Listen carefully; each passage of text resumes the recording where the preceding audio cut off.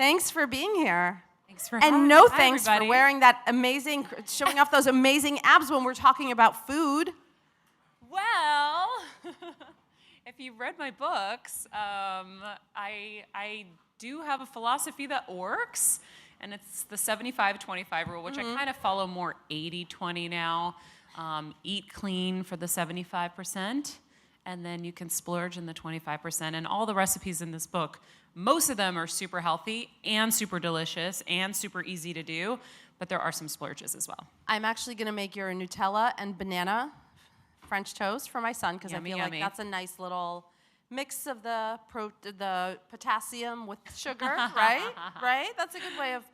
I have the strawberry shortcake French toast in there that I'm always like, listen, it's wheat toast. It's not And it's bad. strawberries. It's just a little whipped cream. You can use the fat-free, sugar-free whipped cream and just keep lowering the calories like that.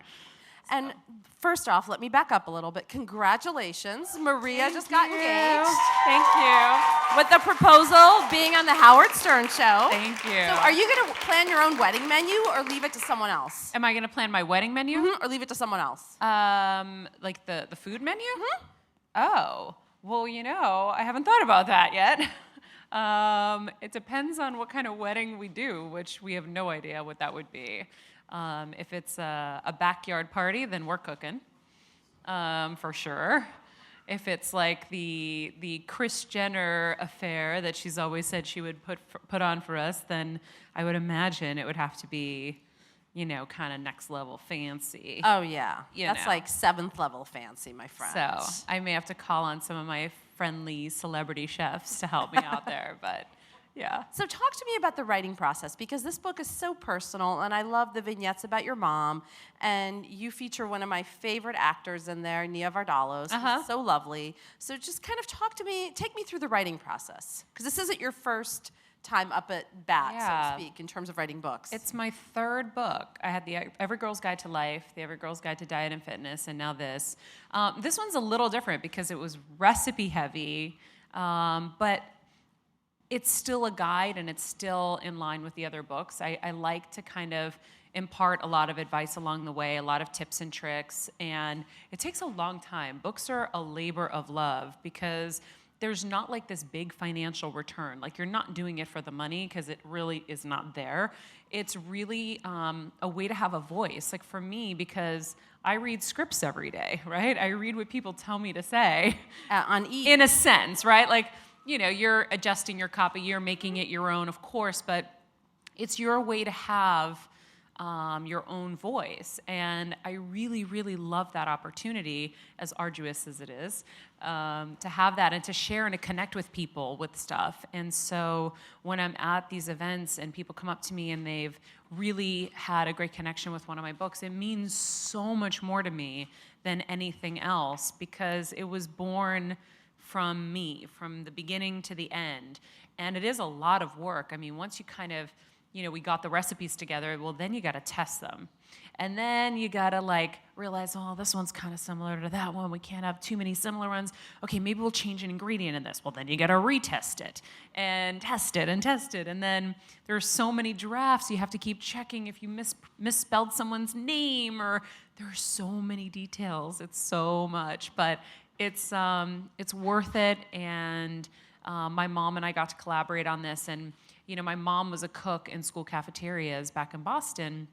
And she's an amazing cook, and she figured out how to make really fast, easy, delicious, healthy meals with, you know, multiple jobs, multiple kids, a sick husband. And I'm like, if she could do that, there's no excuse for us, right? So we're all busier than we ever have been, and we do need to be in control of our diets. Like the reason I lost 40 pounds and the reason I've been able to maintain that weight loss is because I took control of my diet and I started cooking for myself. Now, we're all busy. I know you're busy. I know you're busy. We're all so busy. But these recipes are, for the most part, I had to throw in a few fun ones in there that would take a little bit more time, I know. But they're all so simple and so fast, even the way I spaced them out.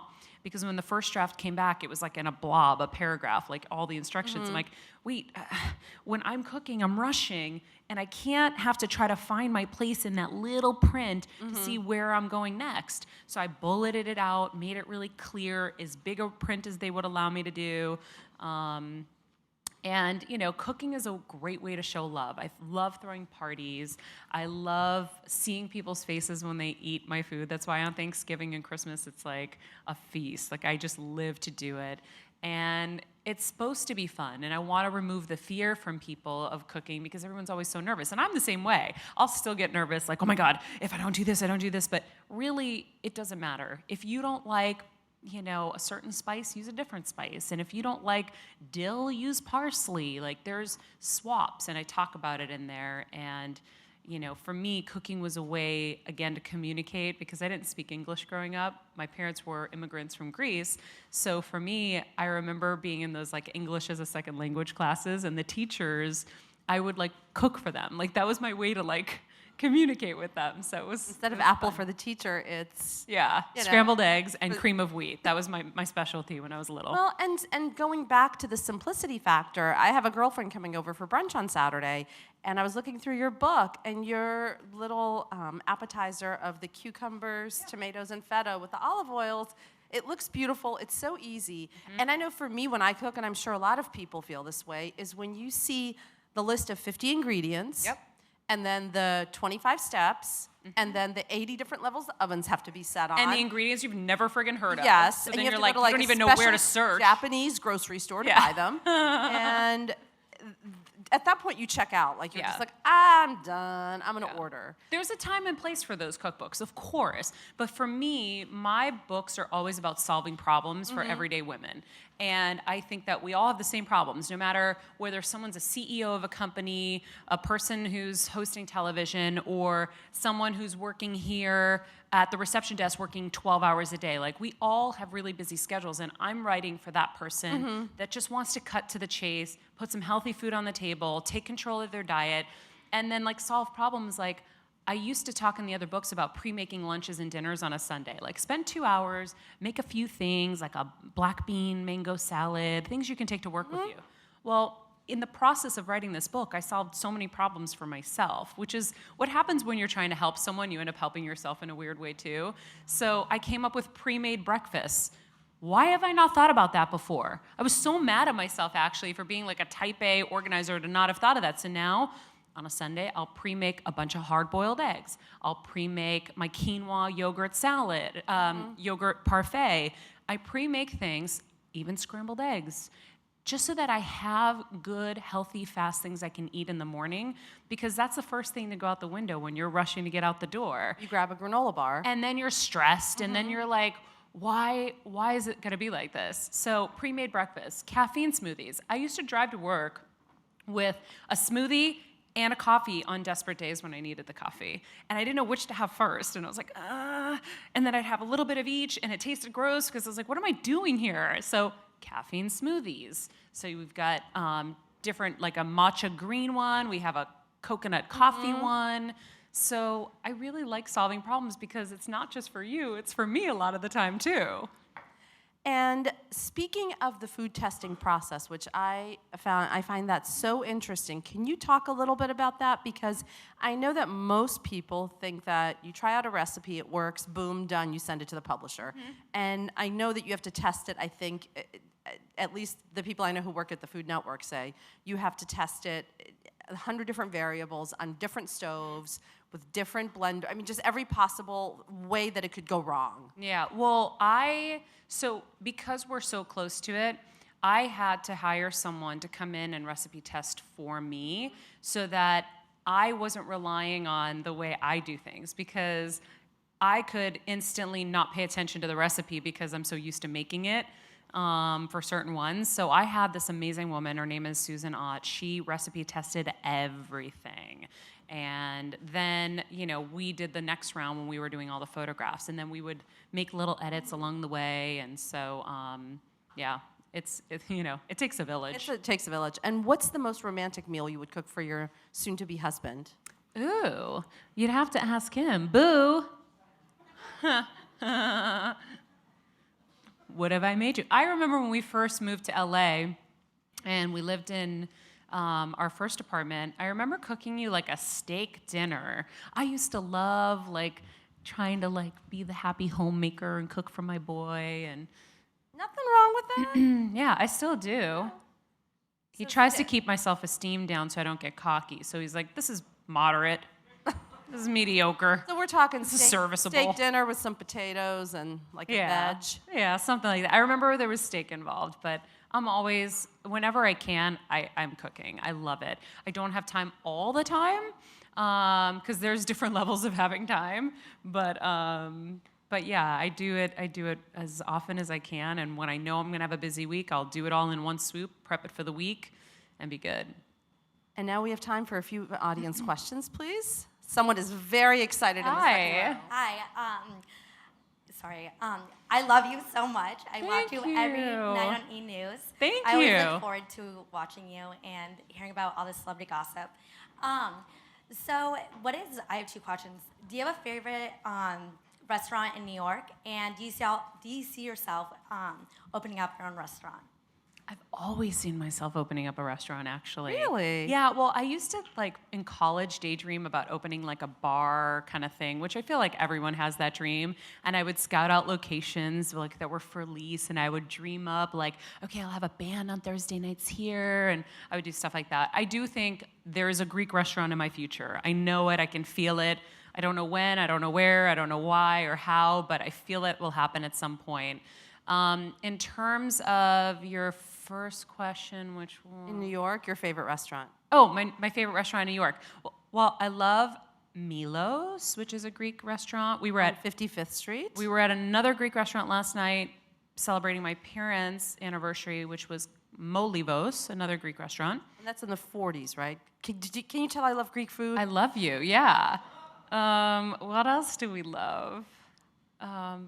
We don't get to eat here very often. Like, I just had some cake pops at Starbucks. That was that doesn't... Thank you for my lunch. That's that 25%, baby. That's a wrap for the rest of the week. Well, and I have a banana back there too, but I'll get to the food part. I love pizza, but I feel like in the city here, it's kind of harder to find. You have to go in the outskirts to get it. Hi. Hi. Do you have a favorite cooking life hack? A cooking life hack. Like a cheat on a recipe? Tips or tricks? I mean, I have a million. It's kind of hard to kind of wrestle it down to something I can remember in this moment. Okay, some things that are like super complicated to make. Like I have the spinach pie recipe in the book, which is a very popular Greek dish, and it involves buttering many sheets of phyllo dough, which is very thin. It's like half a sheet of paper thin. So my hack for that is just buying pastry shells, puff pastry shells, letting them rise halfway in the oven, and then stuffing the spinach and cheese mixture. So when I was lazy and didn't want to make traditional spinach pies, I would hack it with the puff pastry shells. Phyllo dough is a pain. It's a bane, is what it is. You know, I demoed it on the Today Show yesterday, and I got so lucky. The chefs backstage apparently were freaking out. Like, that didn't even happen for us. Like, I lifted the sheet up, and it went down perfectly, and I was like, thank you, God. God of phyllos. This is the moment for phyllo to work with me, not against me. And we have time for one more question. Hello. Hi. Nice to see you. Nice to see you too. First question is, what's the big adjustment work for E! News now compared to the other shows? Extra, Outside with ET?